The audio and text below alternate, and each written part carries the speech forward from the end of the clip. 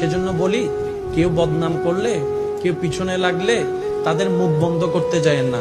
তাদের মুখের হিসাবটা রবের উপর ছেড়ে দিয়ে আপনি 2 আঙ্গুল দিয়ে নিজের কানটা বন্ধ করে ফেলুন।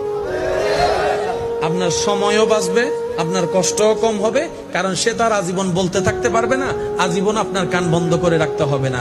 এই যে আপনার বদনাম করেছে, ওয়াইলুল্লি কুল্লি হুমাজাতিল লুমাজা আয়াতের মাধ্যমে সে নিজের পায়ে নিজে কুড়াল মারলো, আপনার গুনাহ সে নিয়ে আপনাকে সওয়াব দিয়ে দিল। সুবহানাল্লাহ। সেজন্য বদনামকারীকে কখনো ঘৃণা করেন না, সে আপনার আসল বন্ধু, যে আপনার গুনাহ নিয়ে নিজের সওয়াব আপনাকে খুশি মনে দিয়ে দিচ্ছে, ঠিক কিনা?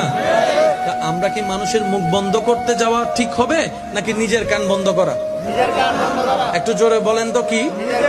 কারণ নিজের কান বন্ধ করলে নিজের একটা স্বাধীনতা আছে না নাই? কিন্তু আপনি যদি কারোর মুখের মধ্যে আঙ্গুল দিতে যান, তখন আবার গণদুলাই খাওয়ারও একটা সুযোগ। সেজন্য মানুষের মুখ বন্ধ করতে যায়েন না। কিছুক্ষণ